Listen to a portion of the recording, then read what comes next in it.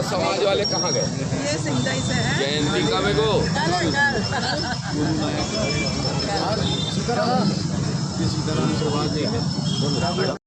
सब तैयारी करो, पार्सल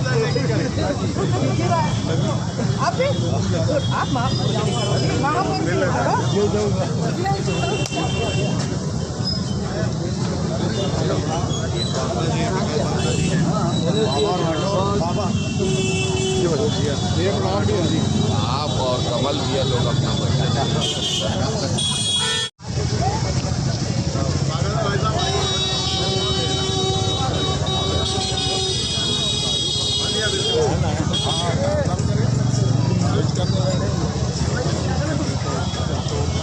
नहीं हो सकता। जो लोग बात करते हैं भाई साहब बधाई भाई साहब, बधाई हो आपको।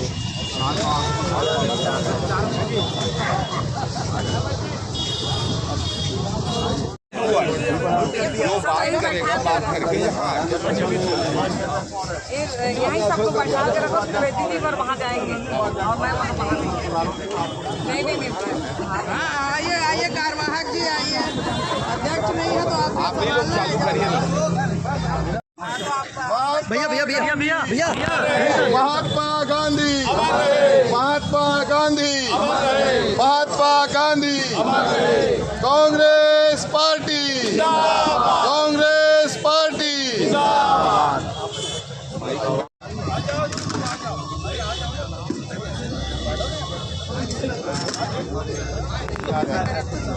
ऐसी बात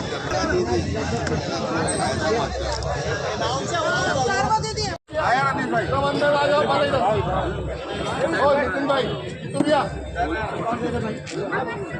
भैया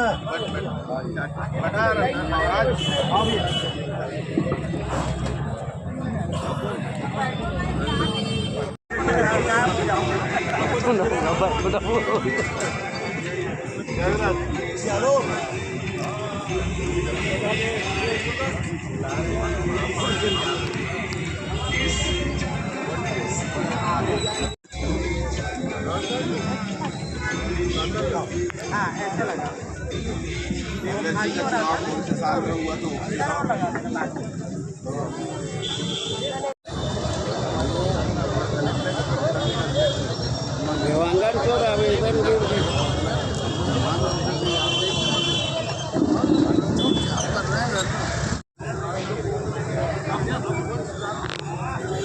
सम्मानित साथियों, आज छत्तीसगढ़ प्रदेश कांग्रेस कमेटी के चुनाव को कराने में उन्होंने एक तानाशाही रवैया अपनाते हुए प्रदेश की आधे से अधिक आबादी जो ओबीसी वर्ग से आती है, अन्य पिछड़ा वर्ग से आती है, उसके अधिकारों का हनन करते हुए एक भी सीट, एक भी जिला पंचायत की सीट त्रिस्तरीय पंचायत चुनाव में ओबीसी वर्ग को नहीं दी।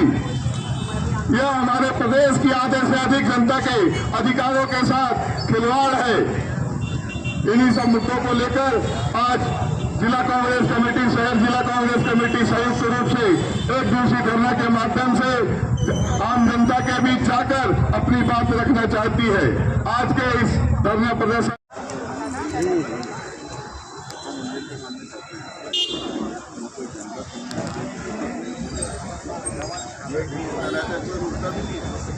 पिछड़ा वर्ग को इतना मजबूत करने का जो सपना देखा था, उसको, उस मंसूबे को ध्वस्त करने के लिए भाजपा सरकार लड़ी हुई है। हमारे बीच इस धरने में आयोजक सम्मानित भागवत साहू जी, जिला कांग्रेस कमेटी अध्यक्ष माननीय धनेश पाटिला जी, शारदा तिवारी जी, महापौर हेमा देशमुख जी, कुतुबुद्दीन सोलंकी जी, श्री किशन खंडेलवाल जी, कमलजीत सिंह पिंटू जी, प्रकाश चंद बाफना जी, रुपेश दुबे जी, अशोक फडणवीस जी, नरेश शर्मा जी। पिछड़ा वर्ग विरोधी भाजपा सरकार मुर्दाबाद। बहुत ही आदरणीय कोटा हूँ, कई लोगों का साथी हूँ और मैंने आप सबसे राजनांदगांव आकर बहुत कुछ सीखा है, जाना है। मुझे नगरीय निकाय चुनाव के लिए पर्यवेक्षक बनाया गया। मालूम नहीं था कि धरने की तिथि की घोषणा हो जाएगी। और संयोग से आज ही आने की घोषणा पहले कर दिए थे और आज ही धरना हो गया है। तो मैं आपके धरने में सम्मिलित हो रहा हूं, सबसे निवेदन कर रहा हूं कि धरने में सबकी उपस्थिति बनी रहे। मैं कांग्रेस भवन में बैठूंगा, एक एक करके लोग जाएं और मिलके वापस धरने में सम्मिलित होते जाएं। धरना क्यों किया जाए? छोटी सी बात, पिछड़ा वर्ग के लिए तो आरक्षण हमेशा होता है, कोई नई बात नहीं है, कानून वही है, कोई कानून नहीं बदला है। तो फिर पिछड़ा वर्ग के आरक्षण को शून्य कैसे किया विष्णुदेव साय सरकार ने, ये कांग्रेस का सवाल है और इसके खिलाफ हम लोग धरने पर बैठे। मैं पेपर पढ़ रहा था, भाजपा ने एक बयान दिया है। भाजपा ने कहा है कि हम जनरल की आधी सीटों में पिछड़ा वर्ग को उम्मीदवार बनाएंगे। हमारा जो अधिकार है आरक्षण का वो हमसे भाजपा सरकार ने छीन लिया और अब उम्मीदवार बनाने की भीख देना चाह रही है। पिछड़ा वर्ग के स्वाभिमान पे हमला है ये, पिछड़ा वर्ग के अधिकारों पर हमला है ये, और इसके खिलाफ सबको एकजुट होने की आवश्यकता है। मैं अभिनंदन करूंगा कांग्रेस के नेताओं के, दीपक बैज जी का, डॉक्टर चरणदास महंत जी का, भूपेश भैया का, सिंहदेव जी का, सारे वरिष्ठ नेताओं का और राजनांदगांव के सारे नेताओं और कार्यकर्ताओं का, जो आज शहर जिला कांग्रेस कमेटी और ग्रामीण जिला कांग्रेस कमेटी की अगुवाई में खड़े हो गए हैं पिछड़ा वर्ग के अधिकारों के लिए आवाज उठाने के लिए। और ये धरना सिर्फ राजनांदगांव में नहीं हो रहा है, आज पूरे प्रदेश में धरना हो रहा है। कांग्रेस का सवाल, जब पिछड़ा वर्ग का अधिकार आरक्षण है तो उनसे अधिकार क्यों छीना जा रहा है, और पिछड़ा वर्ग को आधी सीटें देने की, भीख देने की बात करके भाजपा पिछड़ा वर्ग का अपमान कर रही है। इसे कांग्रेस के कार्यकर्ता नहीं सहेंगे। मैं आपके धरने के प्रति पूरा समर्थन व्यक्त करते हुए द्वारा राजनांदगांव नगर निगम के लिए पर्यवेक्षक बनाया गया है। 11 जनवरी को मैं आया था। हम लोगों ने यहाँ पर कांग्रेस के कार्यकर्ताओं की बैठक ली थी और आवेदन की प्रक्रिया सबको स्पष्ट की थी कि आवेदन के साथ जाति प्रमाण पत्र होना चाहिए, मतदाता सूची का क्रमांक होना चाहिए, मनमोहन सिंह कमेटी का पैसा भी जमा करना है। तदनुसार ब्लॉक कमेटी और जिला कमेटी के द्वारा आवेदन लिए गए हैं।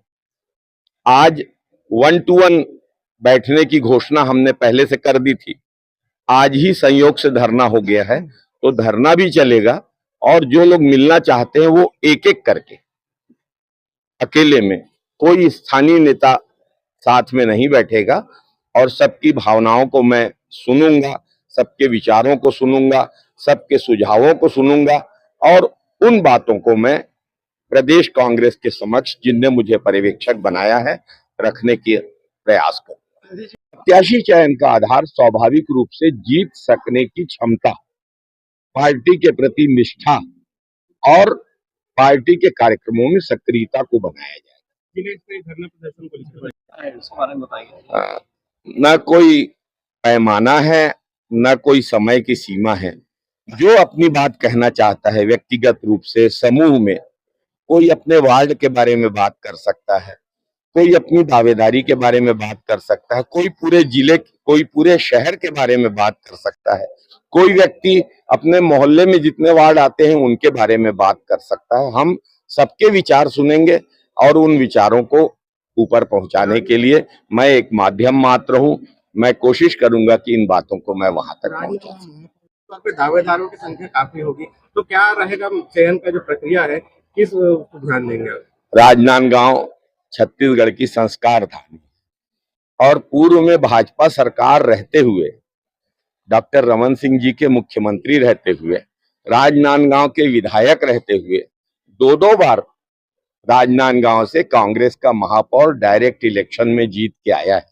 मुझे ऐसा लगता है कि राजनांदगांव के लोग स्वाभिमानी हैं, संस्कारी हैं और राजनांदगांव के लोग इस बार सही फैसला करेंगे और कांग्रेस को विजयी करेंगे। चयन का आधार क्या होगा?